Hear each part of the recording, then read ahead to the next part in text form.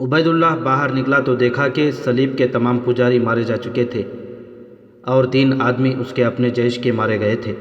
عیسائیوں نے بڑی دلیری سے یہ معرکہ لڑا تھا۔ جو آدمی زندہ رہ گیا تھا اس سے پوچھا گیا کہ یہ لوگ کیا چاہتے تھے اور یہ کس کا منصوبہ تھا۔ اگر آپ کا یہ خیال ہے کہ میں اپنی جان کے خوف سے آپ کو سب کچھ بتا دوں گا تو دماغ سے یہ خیال نکال دیں۔ اس نے کہا، میرا نام سلواس ہے، ہم عبید اللہ کے اغوا کے لیے آئے تھے۔ ہمیں کہا گیا تھا کہ عبید اللہ کی طرف سے مزاحمت ہو تو اسے قتل کر دیا جائے۔ یہ آپ کو بتایا جا چکا ہے کہ عبید اللہ کو اغوا کر کے فرانس کے شاہ لوئی کے پاس لے جانا تھا۔ اس سے زیادہ میں کچھ نہیں بتاؤں گا۔ تمہیں بتانا پڑے گا کہ تمہارا گروہ کہاں کہاں پھیلا ہوا ہے۔ سالار اعلیٰ عبید اللہ نے اس سے پوچھا، اور یہاں کے کون کون سے مسلمان تمہارے ساتھ ہیں؟ نہیں بتاؤں گا، سلواس نے کہا۔ ہم حلف دے کر آئے ہیں کہ راز کی بات نہیں بتائیں گے، خواہ جان چلی جائے۔ ہم جانباز ہیں اور اپنے مذہب کی خاطر اپنی جانیں وقف کر چکے ہیں۔ جیش کا کمانڈر تلوار سونت کر اس کی طرف بڑھا اور عتاب سے بولا، تمہیں ہمارے سالار اعلیٰ کے سوال کا جواب دینا پڑے گا۔ سالار اعلیٰ کمانڈر اور سلواس کے درمیان آ گیا۔ قابل قدر ہے یہ انسان جو اپنے مذہب پر جان قربان کرنے کا عہد کیے ہوئے ہیں۔ عبید اللہ نے کہا، میں اس پر ذرا سا بھی تشدد نہیں کروں گا۔ سلواس، میں تمہیں یہ حق دیتا ہوں کہ اپنے راز کو راز ہی رکھو۔ میں تمہیں آزاد کر دوں گا۔ میں اس میں کوئی بہادری محسوس نہیں کرتا کہ ہم اتنے زیادہ آدمی تم اکیلے کو قتل کر دیں۔ شاہ لوئی کے پاس جاؤ اور اسے میرا پیغام دینا کہ مجھے اغوا کرنے کے لیے خود آؤ۔ تم نے مذہب کے جانباز پیدا کیے ہیں۔ یہاں ہم سب سالار سے سپاہی تک اپنے مذہب کے جانباز ہیں۔ جاؤ سلواس، اسے کہنا کہ عبید اللہ بن عبداللہ اکیلے کافر پر تلوار کا وار نہیں کیا کرتا۔ اور سلواس، تمہارے کسی ساتھی نے ابھی ابھی مجھے کہا تھا کہ پکارو اپنے رسول کو، وہ تمہیں چھڑا لے جائے۔ دیکھ لیا تم نے میرے رسول نے مجھے کس طرح چھڑایا ہے۔ وہ کھنڈر سے باہر نکل آئے اور اس معرکے میں مرے ہوئوں کی لاشوں کے پاس کھڑے ہو گئے۔ اگر آپ مجھے دھوکہ نہیں دے رہے تو میں آپ سے 1-2 باتیں کہنا چاہتا ہوں، سلواس نے کہا۔ کوئی دھوکہ نہیں میرے دوست، سالار اعلیٰ نے کہا، جو کہنا ہے نڈر ہو کے کہو۔ مجھے گالیاں دینی ہیں تو دے دو، تم آزاد ہو۔ میں نڈر ہوں سالار اعلیٰ، سلواس نے کہا، لیکن گالیاں نہیں دوں گا۔ جانبازوں کی زبان نہیں تلوار چلا کرتی ہے۔ میں آپ کے اس اخلاق اور اس کرم کی کچھ قیمت دینا چاہتا ہوں جو آپ نے مجھ پر کیا ہے۔ آپ نے پوچھا تھا کہ کون کون سے مسلمان ہمارے ساتھ ہیں۔ میں آپ کو یہ تو نہیں بتاؤں گا کیونکہ مجھے معلوم نہیں، صرف یہ بتا دیتا ہوں کہ سلطنت اندلس کو کیڑا لگ چکا ہے۔ آپ اس سرزمین پر زیادہ عرصہ نہیں ٹھہر سکیں گے۔ اس سلطنت کو آپ کے مسلمان کھا رہے ہیں۔ یہ کوئی بھید نہیں، آپ خود دیکھ رہے ہیں۔ آپ ان کیڑوں کو مار نہیں سکیں گے۔ ہزارہ عیسائیوں نے اسلام قبول کر لیا ہے، لیکن جو مسلمان ہیں اور جو عرب سے آئے ہیں اور اپنے آپ کو پکے مسلمان سمجھتے ہیں، وہ نام کے مسلمان رہ گئے ہیں۔ کام جو زبان کر سکتی ہے وہ تلوار نہیں کر سکتی۔ جو قوم اپنی تہذیب بدل دیتی ہے اس کی تلوار کند ہو جاتی ہے۔ قسم رب کعبہ کی، تم کرائے کے قاتل نہیں ہو، عبید اللہ نے بے ساختہ کہا۔ تمہاری باتوں میں دانش ہے، تم سوچ سکتے ہو۔ سوچ کے بغیر سپاہی کرائے کا قاتل ہوتا ہے، سلواس نے کہا۔ وہ برچھی دشمن کے سینے سے نکل کر پیٹھ سے باہر نکل جاتی ہے، جس کے پیچھے سپاہی کے بازو نہیں، مذہب کے جذبے کی قوت ہوتی ہے۔ ہم آپ کی قوم کا یہ جذبہ مار رہے ہیں اور تم کامیاب نہیں ہو سکو گے، سالار اعلیٰ نے کہا۔ ہمارے استاد نے کہا ہے کہ کسی قوم کو 1 دن یا 1 سال میں نہیں مارا جا سکتا، سالار اعلیٰ، سلواس نے کہا۔ آپ کے کردار اور سلوک نے مجھے مجبور کر دیا ہے کہ میں آپ کے ساتھ ایسی باتیں کروں۔ دشمن قوم کو زوال کے راستے پر ڈال دو، یہی تمہاری کامیابی ہے۔ اپنی اگلی نسل کو ذہن نشین کرا دو کہ اس مہم کو آگے چلانا ہے۔ بچوں کو بتاؤ کہ ان سے پہلی نسلوں نے اس مہم میں جانیں قربان کی ہیں۔ انہیں مذہب اور قوم اور وطن کی آن پر مرنے والوں کی کہانیاں سناؤ۔ پھر یہ نسل اس مہم کو آگے بڑھائے گی اور وہ وقت آ جائے گا کہ تمہاری دشمن قوم یوں غائب ہو جائے گی جیسے دھوپ میں شبنم اڑ جاتی ہے۔ ہم نے آپ کو زوال کے راستے پر ڈال دیا ہے۔ ہماری فوج کے متعلق تمہارا کیا خیال ہے؟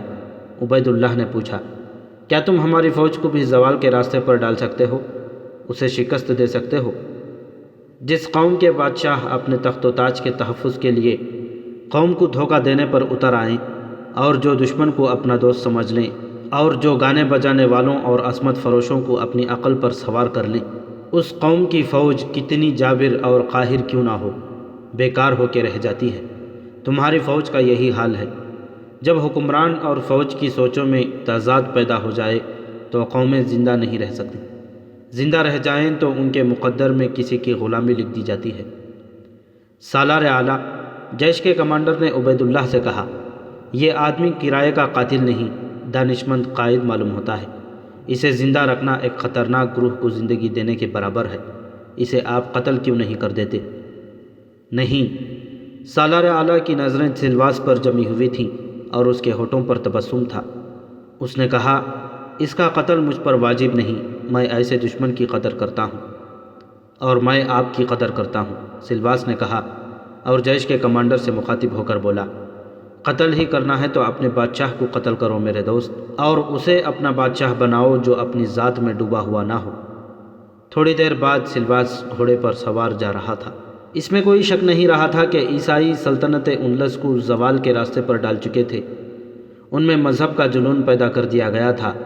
ان کے ایلوگئیس اور ایلیادر جیسے قائدین اور پادریوں نے ایسے لائحہ عمل پر کام کرنا شروع کر دیا تھا جس میں فوجوں کے تصادم سے بچنے کے طریقے موجود تھے۔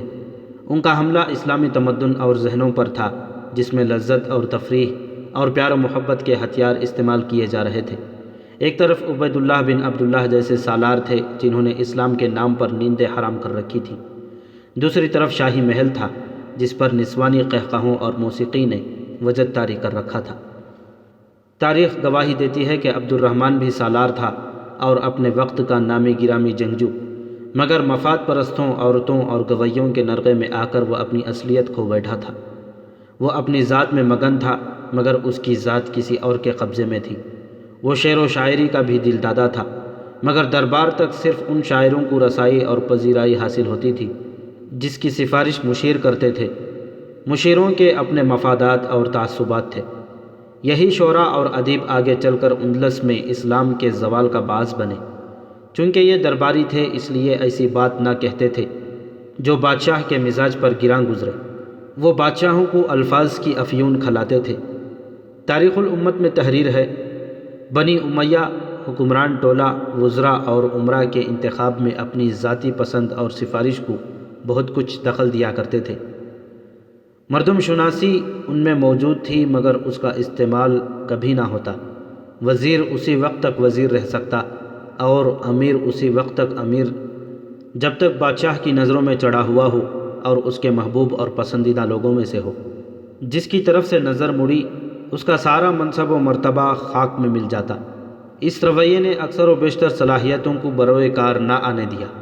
ان حکمرانوں کا نسب العین چونکہ اپنے گھرانے میں مستقل سلطنت قائم کرنا تھا، اس لیے ان کو ضرورت ہوئی کہ طاقتور قبائل و اشخاص پر اپنا اثر رکھیں۔ اس کی صورت سوائے اس کے اور کیا تھی کہ ان کو دولت سے اپنا طرفدار بنائیں۔ چنانچہ انہوں نے بیت المال کو اپنے مقاصد کے حصول کا ذریعہ بنایا اور جا و بیجا بے دریغ اس کی رقمیں صرف کرنے لگے۔ امراء ورثائے قبائل کے علاوہ خطبہ و شعراء کو بڑی بڑی رقمیں زباں بندی اور اپنی مدح ثنا کے لیے دی جاتی تھیں۔ اندلس کی تاریخ جو لکھی گئی وہ انہی درباری شاعروں اور ادیبوں نے لکھی جس میں حاکمان وقت کو خود فریبی اور خوش فہمی میں مبتلا کیا گیا تھا۔ یہی تحریریں تاریخ بن کر آنے والی نسلوں تک پہنچیں۔ نتیجہ اس کا نہ صرف اندلس بلکہ اسلام کے زوال کی صورت میں سامنے آیا۔ عروج اس قوم کو حاصل ہوتا ہے جو اپنے سے پہلے اٹھ جانے والوں کی لغزشوں کو مشعل راہ بناتی اور روایات کو جلا بخشتی ہیں، مگر درباریوں نے آنے والی نسلوں کو وہ تاریخ دی جس میں فتح و نصرت کا نشہ تھا۔ آج اندلس کی فلورا کے افسانے اور ڈرامے لکھے جا رہے ہیں اور اسے کسی نہ کسی مسلمان پر عاشق ہوتا دکھایا جا رہا ہے، مگر حقیقت یہ تھی کہ فلورا جو سلطانہ ملکہ تروب جیسی حسین تھی اور جو نوجوان بھی تھی، مسلمانوں کے لیے سراپا نفرت تھی جس کا اظہار اس نے قاضی القضات کی عدالت میں کیا تھا۔ ہم اسے عشق و محبت کے ڈراموں کی ہیروئن بناتے ہیں۔ عبد الرحمن ثانی کے دور حکومت میں اسلام کے پاسبان اونگنے لگے تھے اور تحریک مولدین کے پیروکار راتوں کو بھی نہیں سوتے تھے۔ وہ ہر محاذ پر سرگرم تھے۔ کچھ مردان حر موجود تھے جنہوں نے تلوار کے جوہر دکھائے اور بعض نے تبلیغ اسلام کے لیے دن رات ایک کیا۔ اس کا نتیجہ یہ سامنے آیا کہ عیسائی اسلام قبول کرتے چلے گئے، مگر یہ دو حصوں میں بٹ گئے۔ ایک دل و جان سے مسلمان ہوئے اور دوسرے ظاہری مسلمان اور باطن سے عیسائی رہے۔ مشہور ہو گیا کہ قرطبہ سے 5-6 میل دور ایک وادی میں حضرت عیسیٰ کے ایک خاص مصاحب کا ظہور ہوا ہے۔ وہاں ایک چٹان پر ایک درخت کی ٹہنیوں میں ایک ستارہ چمکتا ہے، پھر ان مصاحب کی آواز سنائی دیتی ہے۔ وہاں ایک قدیم گرجے کے کھنڈر تھے۔ گرجا بلندی پر تعمیر کیا گیا تھا اور کسی دور میں آ کر ویران ہو گیا۔ عیسائی کہتے تھے کہ اب اس گرجے میں بدروحیں آباد ہو گئی ہیں۔ بڑی ڈراؤنی کہانیاں سنی اور سنائی جاتی تھیں۔ بعض کہتے تھے کہ یہ بدروحیں نہیں ہیں بلکہ حضرت عیسیٰ کے دور کی نیک روحیں ہیں۔ اب کچھ عرصے سے عیسائیوں میں اس ویران گرجے کا ذکر زیادہ ہی ہونے لگا تھا۔ آخر یہ خبر ملی کہ عیسیٰ کے ایک مصاحب کا ظہور ہوا ہے۔ لوگ ڈرتے ادھر جاتے نہیں تھے، مگر اس کا ذکر گرجوں میں پادری بھی کرنے لگے تو شام کے بعد اکے دکے لوگ ادھر جانے لگے۔ جب ادھر جانے والوں کی تعداد ہجوم جیسی ہو گئی، تب گرجے کے کھنڈر کے قریب ایک درخت میں ستارہ چمکنے لگا۔ وہاں چند ایک آدمی لوگوں کو دو چٹانوں کے درمیان کھڑا کر دیتے اور انہیں کہتے تھے کہ وہ ڈرے نہیں، جب ستارہ چمکے تو یسوع مسیح کو یاد کریں۔ ان دنوں راتیں تاریک تھیں، چاند آدھی رات کے بعد اوپر اٹھتا تھا۔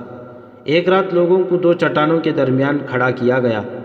ان کے سامنے ایک چٹان تھی، اس کے پیچھے ایک بلند پہاڑی تھی جس پر گھنے درخت تھے اور ان درختوں میں بلندی پر ویران گرجا تھا۔ ایک راستہ اوپر جاتا تھا، لیکن جانے کتنی مدت سے ادھر کوئی نہیں گیا تھا، اس لیے راستہ جھاڑیوں اور گھاس میں چھپا ہوا تھا۔ پہاڑی کے درمیان کبھی چشمہ ہوا کرتا تھا یا جھیل، اب وہاں دلدل تھی اور کچھ پانی بھی تھا جس میں چھوٹی قسم کے مگرمچھ رہتے تھے۔ یہ بھی ایک وجہ تھی کہ ادھر سے کوئی گزرتا نہیں تھا۔ ارد گرد پہاڑیاں تھیں جن پر درخت تھے۔ لوگ نیچے کھڑے تھے، اندھیرا اتنا کہ کوئی کسی کو دیکھ نہیں سکتا تھا۔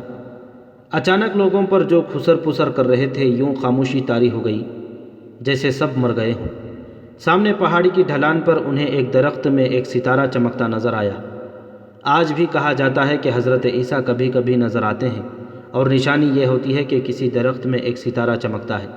لوگ یہ ستارہ چمکتا دیکھ رہے تھے۔ یہ آسمان کے ستاروں کی طرح جھلمل کرتا تھا۔ گرجے کی طرف سے کئی آدمیوں کی ملی ہوئی مترنم آواز ابھری۔ وہ دعائیا گیت گا رہے تھے۔ رات کی خاموشی میں یہ گیت لوگوں پر سحر طاری کرنے لگا۔ پہاڑیوں میں گانے والوں کی آوازیں ایسا تاثر پیدا کر رہی تھی کہ سب نے اپنے اپنے سینے پر دائیں بائیں اور اوپر نیچے ہاتھ رکھ کر صلیب کا فرض نشان بنایا اور سب یہ دعائیا گیت گانے لگے۔ ستارہ ہل رہا تھا اور کرنیں بکھیر رہا تھا۔ صلیب کے پجاریوں، ایک بھاری بھرکم اور گونجدار آواز سنائی دی، صلیب اور یسوع مسیح کے پرستاروں، میں پیغام لے کر آیا ہوں۔ میں آتا رہوں گا، تباہی تمہاری طرف بڑی آ رہی ہے، اسے روکو، اسے تم روک سکتے ہو۔ یسوع مسیح کے ہاتھوں اور پاؤں کی زخموں پر مسلمانوں کی اذانیں نمک کا اثر کر رہی ہیں۔ حضرت عیسیٰ نے کوڑھیوں کو شفا بخشی تھی، مگر وہ کوڑھی کر بھی سکتے ہیں۔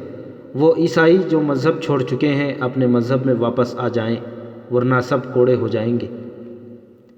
ستارہ بجھ گیا، رات پھر تاریک ہو گئی۔ لوگوں کی خاموشی اور زیادہ گہری ہو گئی، پھر کھسر پھسر ہونے لگی، جو بلند ہوتے ہوتے گونج بنی، پھر شور بن گئی۔ آوازیں آنے لگیں، اب تم لوگ چلے جاؤ اور اپنے اعمال پر نظر رکھو، کل پھر آنا، شاید ظہور پھر ہو جائے۔ لوگ ڈرے سہمے ہوئے اپنے گھروں کو واپس چلے گئے۔ یہ واقعہ ایسا نہ تھا کہ انہی لوگوں تک محدود رہتا جنہوں نے دیکھا تھا۔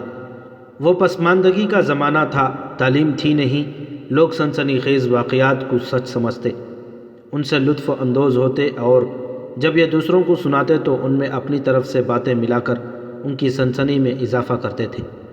حضرت عیسیٰ کے کسی مصاحب کا ظہور ایک ستارے کی صورت میں ایسا معجزہ تھا جسے ہر کوئی دیکھنا چاہتا تھا۔ ان میں مسلمان بھی تھے جو رات کو ویران گرجے تک جانے کی تیاریاں کر رہے تھے۔ مسجدوں میں بھی خبر پہنچ گئی۔ مسلمانوں نے مولویوں اور اماموں سے پوچھا کہ یہ واقعہ کہاں تک سچ ہو سکتا ہے۔ ان مذہبی پیشواؤں نے اسے مفروضہ قرار دے کر مسجدوں میں اعلان کر دیا کہ اس واقعے پر کوئی مسلمان یقین نہ کرے، یہ کفر ہے۔ عیسائی ہم پر اپنے مذہب کی دھاک بٹھانے کے لیے بے معنی اور بے بنیاد باتیں پھیلا رہے ہیں۔ ہو سکتا ہے یہ کوئی شعبدہ ہو۔ یہ فتویٰ اس دور کے ایک عالم دین اور فقیہ یحییٰ بن یحییٰ کا تھا، جسے دربار میں اور امیر اندلس عبد الرحمن پر اور قاضی القضات پر بھی اثر و رسوخ حاصل تھا۔ اس نے کہا، اس واقعے کو ماننا اور اگر پھر کبھی یہ ہو تو اسے جا کر دیکھنا مسلمان کے لیے شرک کے گناہ کی حیثیت رکھتا ہے۔ یحییٰ بن یحییٰ کے متعلق یہ بتانا ضروری ہے کہ اسے بعض تاریخ دانوں نے قاضی القضات لکھا ہے، جو صحیح نہیں۔ قاضی القضاء کوئی اور تھا۔ دربار میں جو حیثیت عبد الرحمن نے زریاب کو دے رکھی تھی وہی یحییٰ بن یحییٰ کو بھی حاصل تھی، کیونکہ وہ علم و دانش کا سمندر تھا۔ وہ قاضی القضات کے فیصلوں پر بھی اثر انداز ہوا کرتا تھا۔ عبد الرحمن کے کان میں وہ جو ڈالتا اسے عبد الرحمن تسلیم کر لیتا تھا۔ اس شخص کے متعلق تاریخوں میں لکھا ہے، مالکی عقیدے کو عہد حشام میں بہت فروغ حاصل ہوا۔ اسی کا نتیجہ تھا کہ یحییٰ کا اثر بھی حکام شاہی اور دربار پر بہت بڑھ گیا۔ کوئی امیر سلطنت بغیر اس کے مشورے کے طے نہیں پاتا تھا۔ اس اعزاز اور حیثیت نے یحییٰ کو سیاسی عروج کا چسکا ڈال دیا۔ وہ ریاستی امور میں بڑھ چڑھ کر حصہ لینے لگا۔ عبد الرحمن کے باپ الحکم کے دور حکومت میں یحییٰ کا سیاسی عروج قائم رہا۔ اس نے اپنے آپ کو ایک طاقت سمجھ کر الحکم سے ٹکر لی، لیکن منہ کی کھائی۔ عبد الرحمن نے اپنے دور حکومت میں اسے اس لیے اپنے آپ پر غالب کر لیا کہ اسے مذہبی امور اور علم منطق پر عبور حاصل تھا۔ سلطنت اندلس کے زوال کو مکمل کرنے میں یحییٰ کی آنے والی نسل نے بھرپور کردار ادا کیا، اور اس کی نسل میں اقتدار کی ہوس اتنی زیادہ تھی کہ قوم کو سقوط غرناطہ تک پہنچا کر وہاں سے اسلام کو ہمیشہ کے لیے ختم کر دیا۔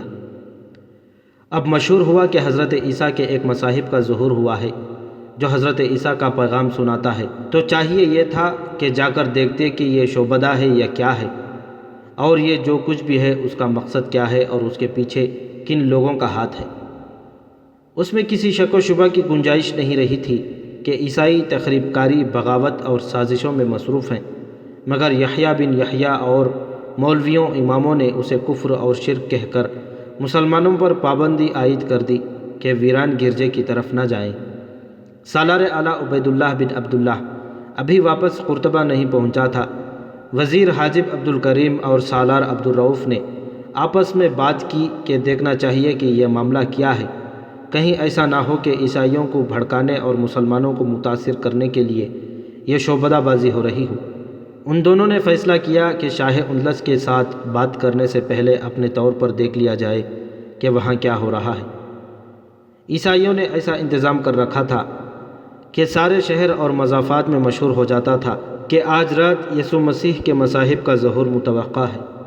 دوسرے ہی دن ہر کسی کی زبان پر یہی الفاظ تھے کہ آج رات وہ نظر آئیں گے۔ عبد الکریم کے دو بڑے قابل اور پھرتیلے جاسوس رحیم غزالی اور حامد عربی رات کو عیسائیوں کے ساتھ اس پہاڑی تک چلے گئے جہاں ستارہ چمکتا تھا۔ اس ہجوم میں شاید ہی کوئی مسلمان ہو، کیونکہ مسجدوں میں اعلان کر دیا گیا تھا کہ اس شعبدے کو دیکھنا گناہ ہے اور جو مسلمان دیکھے گا وہ نقصان اٹھائے گا۔ وہ رات بھی تاریک تھی۔ پہاڑی کے دامن میں دو چٹانوں کے درمیان تاریکی اور زیادہ گہری تھی۔ ہجوم بے تاب تھا۔ آہستہ آہستہ دعایا گیت کی گونج ابھرنے لگی۔ ہجوم پر سختہ طاری ہو گیا۔ ذرا ہی دیر بعد تاریکی میں اوپر پہاڑی کی ڈھلان کی بلندی پر ستارہ چمکنے لگا۔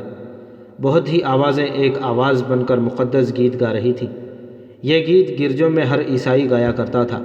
تمام ہجوم یہ گیت گنگنانے لگا اور ستارہ چمکتا رہا۔ ستارہ غائب ہو گیا اور ایک ایسی چمک نظر آئی جس نے سب کو دم بخود کر دیا۔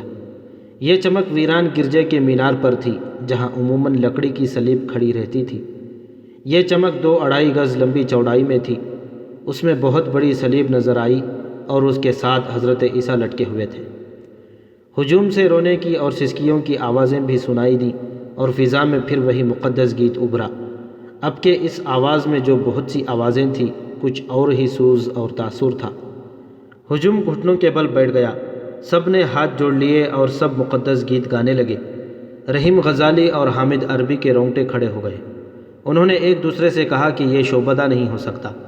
ان پر ایسا تاثر طاری ہو گیا کہ انہوں نے عیسائیوں کی طرح گھٹنوں کے بل ہو کر ہاتھ جوڑ لیے۔ جیسے کسی اندیکھی قوت نے انہیں بٹھا دیا ہو۔ وہ عیسائیوں والے مقدس گیت سے تو واقف نہیں تھے، انہوں نے کلمہ طیبہ کا ورد شروع کر دیا۔ گیت کی گونج آہستہ آہستہ خاموش ہو گئی اور وہ چمک بجھ گئی جس میں حضرت عیسیٰ نظر آتے تھے۔ یہ بے چین روح تم سب کو خبردار کرتی ہے۔ دور سے ایک آواز ابھری کہ اپنا مذہب ترک نہ کرو، تم نہیں سمجھتے اس گناہ کی کیا سزا ہے۔ جس زمین پر گرجے ویران ہو جائیں وہاں کے لوگ آباد نہیں رہ سکتے۔ گرجوں میں جاؤ، وہاں تمہیں بتایا جائے گا کہ تم پر کیا آفت آنے والی ہے۔ اتفاق اور اتحاد قائم کرو، تمہاری صفیں بکھر گئی ہیں۔ تم میں جو مسلمان ہو گئے ہیں وہ بھی گرجوں میں جائیں، اپنے گناہوں کی بخشش مانگو، اپنی سرزمین پر یسوع مسیح کا نور پھیلا دو۔ رحیم غزالی اور حامد عربی رات کو ہی وزیر حاجب عبدالکریم کے گھر چلے گئے اور اسے بتایا کہ وہ کیا دیکھ آئے ہیں۔ یہ شعبدہ نہیں ہو سکتا، انہوں نے کہا۔ عبدالکریم دانشمند انسان تھا۔ اس نے پوچھا کہ وہ اس چمک کو ہی دیکھتے رہے یا ادھر ادھر بھی دیکھا تھا کہ انہیں کہیں دور روشنی یا آگ نظر آئی ہوگی۔ انہوں نے یاد کر کے بتایا کہ جب چمک ختم ہو گئی تو ویران گرجے کے بالمقابل اور کچھ دور انہیں شک ہوا تھا کہ وہاں نیچے کہیں آگ جل رہی ہے، پھر یہ مدھم سی روشنی ختم ہو گئی تھی۔ یہ شعبدہ ہے، حاجب عبدالکریم نے کہا۔ یہ معجزہ نہیں، نہ یہ جادو کا کمال ہے، یہ عیسائیوں کو خوفزدہ کر کے ہمارے خلاف بھڑکایا جا رہا ہے اور مسلمانوں کو بھی متاثر کیا جا رہا ہے۔ میں اس کا انتظام کروں گا اور اس شعبدے کو تم دونوں ختم کرو گے۔ یہ آواز جو تم نے سنی ہے کہ گرجوں میں جاؤ اور وہاں تمہیں بتایا جائے گا کہ کیا آفت آنے والی ہے، یہ اسی دنیا کے کسی انسان کی آواز ہے۔ مجھے کل شام تک پتہ چل جائے گا کہ گرجوں میں ان لوگوں سے کیا کہا جائے گا۔ اگلی رات وزیر حاجب عبدالکریم کو 4-5 آدمیوں نے آ کر بتایا کہ آج گرجوں میں اتنی بھیڑ رہی کہ اندر کھڑے ہونے کو جگہ نہیں ملتی تھی۔ پادریوں نے اسلام کے خلاف زہر اگلا اور حکومت اندلس کے خلاف ایسی باتیں کی جن کا مطلب یہ تھا کہ اس حکومت کے خلاف بغاوت کرو۔ پادریوں نے حضرت عیسیٰ کے ظہور کو برحق بتایا اور لوگوں کو ڈرایا۔ لوگ جب گرجوں سے نکلے تو ان پر خاموشی طاری تھی۔ عبدالکریم نے دوسرے دن سالار عبدالرؤف سے مشورہ کیا کہ شاہ اندلس کو بتائے بغیر عیسائیوں کی اس شعبدہ بازی کو بے نقاب کرنا ہے۔ انہوں نے اسی وقت رحیم اور حامد کو بلایا اور سالار عبدالرؤف نے فوج کے 4 آدمی بلائے۔ ہم تمہیں کڑے امتحان میں ڈال رہے ہیں، وزیر حاجب عبدالکریم نے ان 6 آدمیوں سے کہا۔ ہم معلوم کر چکے ہیں کہ حضرت عیسیٰ کا ظہور اور آواز ایک ڈھونگ ہے۔ اسے اس وقت ختم کرنا ہے جب لوگوں کا ہجوم وہاں موجود ہوگا اور ستارہ چمک رہا ہوگا اور یا حضرت عیسیٰ نظر آ رہے ہوں گے۔ تم دھیان رکھو، جس روز تمہیں پتہ چلے کہ آج رات حضرت عیسیٰ آ رہے ہیں، اس رات تمہیں اس علاقے میں ہونا چاہیے، لیکن ہجوم کے ساتھ نہیں بلکہ ویران گرجے کے قریب پہاڑی پر۔ وہاں تمہیں نظر آئے گا کہ چمک کہاں سے آتی ہے۔ کسی نہ کسی جگہ آگ جل رہی ہوگی اور وہ ایسی جگہ ہوگی جہاں سے آگ کی چمک لوگوں کو نظر نہیں آ سکتی ہوگی۔ وہاں 1-2 آدمی ہوں گے، ان پر قابو پا کر آگ بجھا دینا۔ تم میں سے 2 آدمیوں کو گرجے کے قریب جا کر اور چھپ کر دیکھنا ہے۔ وہاں تمہیں کوئی آدمی بولتا نظر آئے گا، اسے پکڑ لینا۔ تمہارے پاس برچھیاں اور خنجر ہوں گے، ہو سکتا ہے ان لوگوں کے ساتھ تمہاری لڑائی ہو جائے۔ اس صورت میں تم ان میں سے کسی کو زندہ نہ چھوڑنا۔ پھر تم میں سے ایک آدمی بلند آواز سے اعلان کرے کہ یہ سب ڈھونگ ہے اور یہاں کوئی یسوع مسیح نہیں آتا۔ پھر ہم صبح لوگوں کو ویران گرجا اور دوسری جگہیں دکھائیں گے اور وہ چیز بھی دکھائیں گے جو درخت میں چمکتی ہے۔ وزیر حاجب عبدالکریم اور سالار عبدالرؤف نے انہیں تفصیل سے بتایا کہ وہ کس وقت اور کس طرح اس علاقے میں جائیں گے اور یہ مہم کس طرح سر کریں گے۔ تمہیں اس کارنامے کا صلہ خدا دے گا، عبدالکریم نے کہا۔ میں تمہیں صاف بتا دیتا ہوں کہ یہ مہم آسان نہیں۔ صلیب کے پجاریوں نے پورا انتظام کر رکھا ہوگا۔ تمہاری جانوں کا خطرہ بڑا صاف ہے اور میں تمہیں یہ بھی بتا دیتا ہوں کہ ہم دونوں تمہیں حکم نہیں دے رہے۔ اگر تم نہ جانا چاہو تو تمہارے خلاف کوئی کارروائی نہیں ہوگی، نہ ہم تم سے ناراض ہوں گے۔ تم اپنے مذہب اور سلطنت اندلس کے پاسبان ہو۔ یہ ملک اس شاہی خاندان کا نہیں، تمہارا ہے۔ تمہارے گھر میں ڈاکہ پڑے اور تمہارا باپ ڈاکوؤں کو اپنا گھر لوٹنے کی اجازت دے دے تو تم یقیناً اپنے گھر کو لوٹنے سے بچاؤ گے۔ یہ تمہارا گھر ہے، یہ ہمارا گھر ہے۔ ہم ہر قربانی دینے کے لیے تیار ہیں، ان میں سے ایک نے کہا۔ ہم جائیں گے۔ ہم کسی سے کوئی صلہ نہیں مانگیں گے، خدا سے بھی صلہ نہیں مانگیں گے۔ 6 کے 6 جانباز تیار ہو گئے۔ 2 ہی روز بعد پتہ چل گیا کہ آج رات کچھ اور نظر آئے گا، اور جو کوئی وہاں آئے وہ نہا دھو کر اور پاک صاف ہو کر آئے۔ مسجدوں میں سب مسلمانوں کو خبردار کیا گیا کہ کوئی مسلمان وہاں نہ جائے۔ 6 مسلمان جا رہے تھے، ان میں ایک رحیم غزالی تھا اور دوسرا حامد عربی۔ ان کے ساتھ فوج کے 4 منتخب چھاپہ مار جانباز تھے۔ وہ سورج غروب ہونے کے فوراً بعد وہاں پہنچ گئے تھے۔ دن کے وقت رحیم اور حامد نے گڈریوں کے بھیس میں یہ علاقہ دیکھ لیا تھا۔ پہاڑی کے اوپر جا کر بھی انہوں نے ادھر ادھر دیکھا تھا۔ سورج غروب ہونے کے بعد جانبازوں کی یہ جماعت کسی اور طرف سے پہاڑی پر چڑھ گئی۔ اس پہاڑی کی ایک ہی ڈھلان نہیں تھی، ایک ڈھلان ختم ہوتی تھی تو اوپر کچھ کھلا سا میدان آ جاتا تھا۔ یہاں سے مزید بلندی کی ڈھلان شروع ہوتی تھی۔ اونچی گھاس اور جھاڑیوں نے آؤٹ کا بڑا اچھا بندوبست کر رکھا تھا۔ جہاں پہلی ڈھلان ختم ہوتی تھی وہاں ویران گرجا تھا۔ اس کے دائیں طرف چلے جاؤ تو پہاڑی نیچے جاتی تھی۔ نیچے دلدل اور پانی تھا جس میں چھوٹے مگرمچھ تھے۔ دلدل کے کنارے ایک چٹان کھڑی تھی جو درختوں اور جھاڑیوں سے ڈھکی ہوئی تھی۔ اس چٹان پر سلیں دیوار کی طرح کھڑی تھیں۔ یہ سارا علاقہ چٹانی اور پہاڑی تھا۔ رحیم غزالی نے 2 چھاپہ مار اپنے ساتھ لے لیے اور 2 کو حامد عربی نے اپنے ساتھ لے لیا۔ ان کے پاس برچھیاں اور خنجر تھے، وہ الگ الگ ہو گئے۔ رحیم غزالی اپنے 2 ساتھیوں کے ساتھ ویران گرجے کے قریب چھپ گیا اور حامد عربی اپنے 2 ساتھیوں کو اس درخت کے قریب لے گیا جہاں ستارہ چمکتا تھا۔ جب اندھیرا اتنا گہرا ہو گیا کہ اپنا ہاتھ بھی نظر نہ آتا تھا تو رحیم غزالی کو گرجے کے قریب کچھ آوازیں سنائی دینے لگیں۔ پھر گرجے کے اندر روشنی ہو گئی جو پیچھے والے ایک دریچے سے نظر آتی تھی۔ اندر سے کچھ آدمی نکلے۔ کسی نے کہا، سارا سامان ایک بار پھر دیکھ لو۔ دوسری آواز آئی، سب کچھ دیکھ لیا ہے، تم درخت پر چڑھ جاؤ، لوگ آنا شروع ہو گئے ہیں۔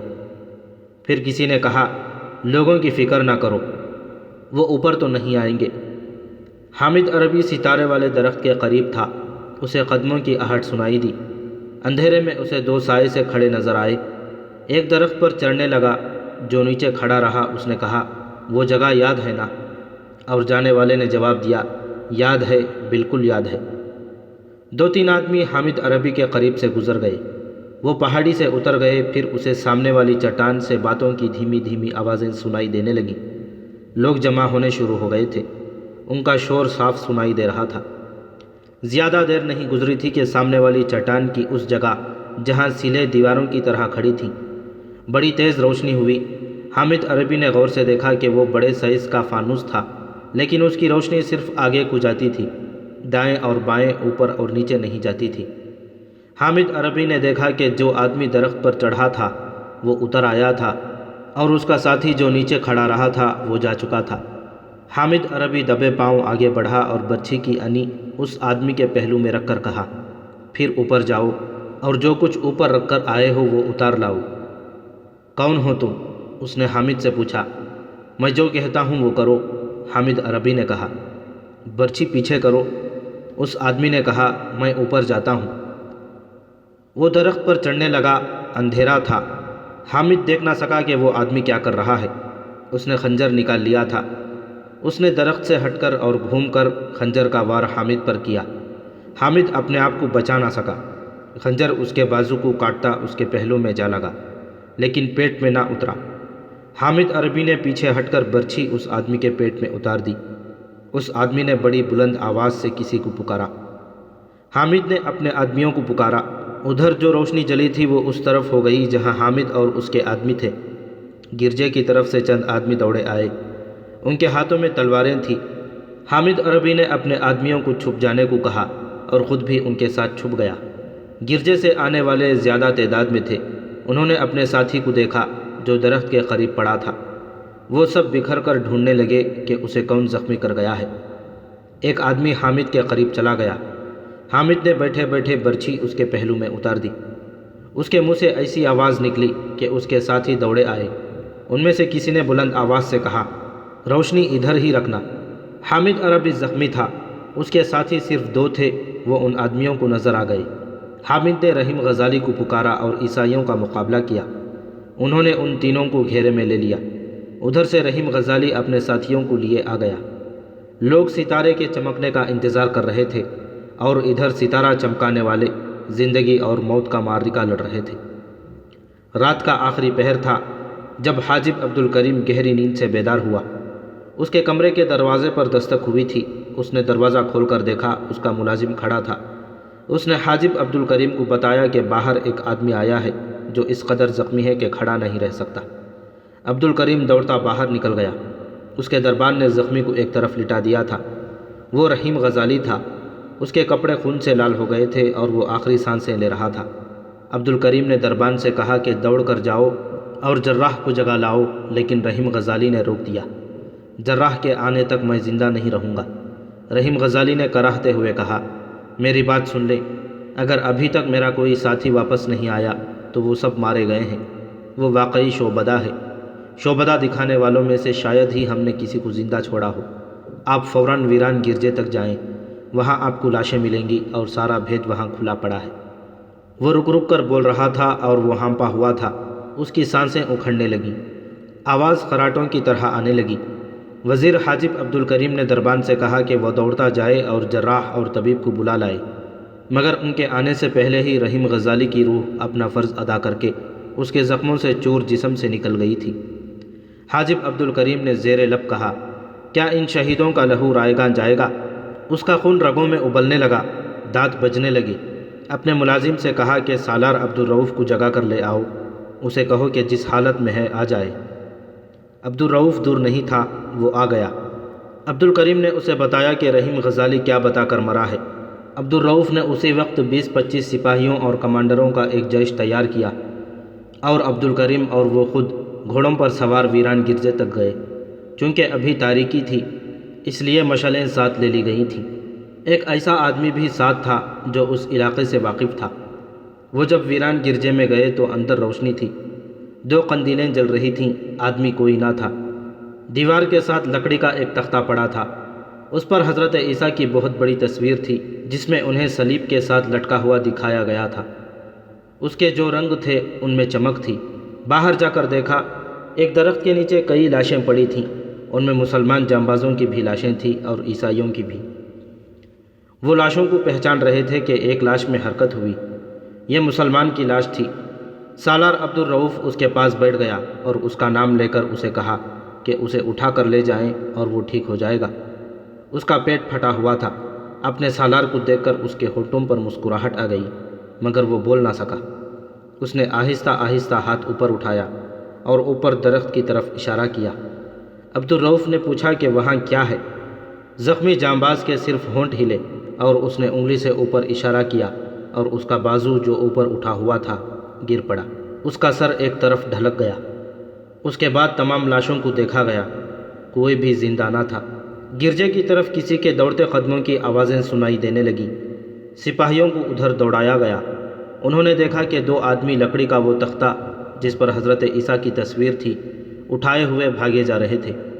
اپنے تعاقب میں سپاہیوں کو آتا دیکھ کر وہ تیزی سے پہاڑی سے اترنے لگے اور گر پڑے۔ انہیں پکڑ لیا گیا۔ گرجے میں سے دھواں اٹھتا دیکھا گیا۔ فوراً ہی روشن دانوں سے شعلے نکلنے لگے۔ چھت لکڑی کی تھی اور اندر قدیم زمانے سے لکڑی کے بینچ اور میزیں وغیرہ پڑی تھیں۔ ان سب کو آگ لگ چکی تھی۔ اتنی زیادہ آگ بجھانے کا کوئی انتظام نہ تھا، نہ ضرورت تھی۔ ان آدمیوں کو جو تختہ اٹھا کر لے جا رہے تھے پکڑ کر جلتے ہوئے گرجے تک لے گئے۔ اب دروازوں اور کھڑکیوں میں سے شعلے باہر آ رہے تھے، کواڑ جل رہے تھے۔ پورا گرجا ایک بھیانک شعلہ بن گیا تھا۔ اگر تم بتا دو کہ یہ ڈھونگ کیا تھا تو میں تمہیں آزاد کر دوں گا۔ وزیر حاجب عبدالکریم نے ان 2 عیسائیوں سے کہا، ہم تمہیں گرفتار نہیں کریں گے، یہ تمہارا اپنا مذہب ہے، اس میں جو ڈھونگ رچاؤ ہمیں کوئی اعتراض نہیں، لیکن میں یہ ضرور معلوم کروں گا کہ یہ کیا تھا۔ نہیں بتاؤ گے تو تم دونوں کو جلتے ہوئے گرجے میں پھینک دیا جائے گا۔ دونوں کو گھسیٹ کر اتنا آگے لے گئے کہ آگ کی تپش سے چہرے جھلستے تھے۔ شعلے ادھر کو ہی لپک رہے تھے۔ ان کی آواز ایسی تھی جیسے غرا رہے ہوں۔ دونوں عیسائی پیچھے کو ہٹنے لگے، انہیں دور ہٹا لیا گیا۔ ہم آپ کو یہ نہیں بتائیں گے کہ اس کے پیچھے کس کا ہاتھ ہے، ان میں سے ایک نے کہا۔ اگر آپ یہ معلوم کرنا چاہتے ہوں تو ہمیں آگ میں پھینک دیں، ہم خود آگ میں کود جائیں گے۔ انسان کے لیے اس سے بڑی سعادت اور کیا ہو سکتی ہے کہ اپنے مذہب پر اپنی عبادت گاہ میں اپنی جان قربان کر دے۔ مذہب وہی زندہ رہے گا جس کے ماننے والے اس کی ناموس پر زندہ جل جانے کو سعادت سمجھے۔ دوسرے نے بڑی دلیری سے کہا، اسلام مر رہا ہے، عیسائیت زندہ رہے گی، یہی ہمارا مقصد ہے۔ انہیں ایسی باتوں سے روکا نہ گیا، بلکہ ان کو خراج تحسین پیش کیا گیا کہ اپنے مذہب کے اتنے پرستار اور شیدائی ہیں۔ اس میں کوئی شک نہیں تھا کہ ان میں ذہانت اور فہم و فراست تھی اور ان میں جذبہ تھا۔ ان کی باتوں میں بھڑکانے والی بات نہیں تھی۔ انہوں نے صاف الفاظ میں بتا دیا کہ سامنے والی چٹان کی سیلوں اور گھنی جھاڑیوں کے اوٹ میں تیز شعلوں والے فانوس جلائے جاتے تھے۔ ان پر گول کنستر چڑھا دیا جاتا تھا تاکہ ان کی روشنی ادھر ادھر پھیلنے کے بجائے سامنے درخت تک جائے۔